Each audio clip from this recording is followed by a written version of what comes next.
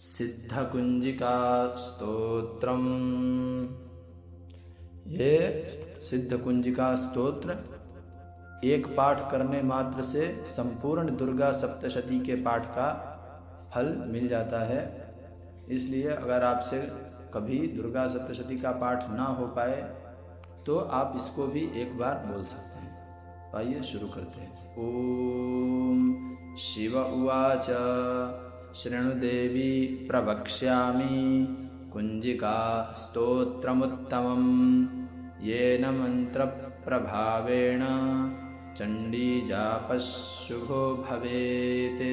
न कवचं नार्गला स्तोत्रं न कीलकं न रहस्यकं न सूक्तं नापि ध्यानं च न न्यासो न च वार्चनं।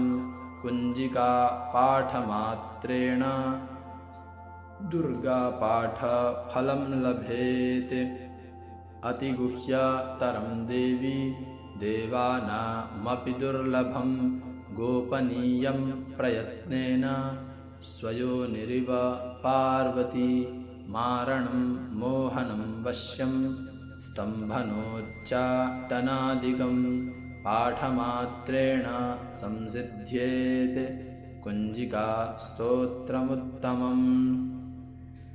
नमस्ते रुद्ररूपिण्यै नमस्ते मधुमर्दिनी नमः कैटभहारिण्यै नमस्ते महिषार्दिनी नमस्ते शुम्भहन्त्यै च निशुम्भासुरघातिनी। जाग्रतं हि महादेवी जपं सिद्धं कुरुष्व मे। ऐङ्कारी सृष्टिरूपायै ह्रीङ्कारी प्रतिपालिका क्लीङ्कारी कामरूपिण्यै बीजरूपे नमोऽस्तुते। चामुण्डा चण्डघाती च यैकारी वरदायिनी विच्चे च भयदा नित्यं नमस्ते मन्त्ररूपिणी। धां धीं धूं धूर्जटेः पत्नी वां वीं वूं वागधीश्वरी।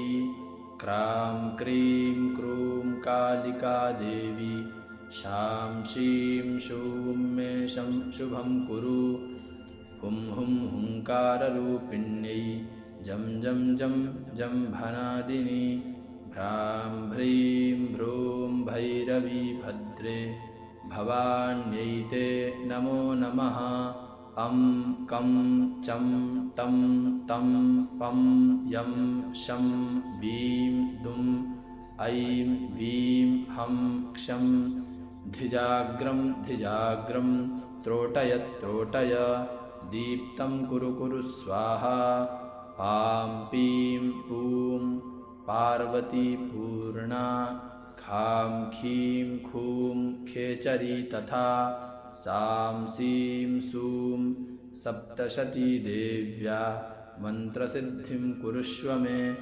इदं तु कुंजिकास्तोत्रं मन्त्रजागर्ति हेतवे। अभक्ते नैव दातव्यं गोपितं रक्ष पार्वती। यस्तु कुंजिकया देवी हीनां सप्तशतीं पठेत् न तस्य जायते सिद्धि ररण्ये रोदनं तथा। ओम इति श्री रुद्रयामले गौरीतंत्रे शिवपार्वती संवादे कुंजिका स्तोत्रम संपूर्णम। ओम जय माता दी। अगर आप सभी को वीडियो पसंद आए तो वीडियो को लाइक कीजिए, चैनल को सब्सक्राइब कीजिए और कमेंट में जय माता दी ज़रूर लिखिए। मिलते हैं अगले वीडियो में, तब तक के लिए आप सभी को जय श्री राम।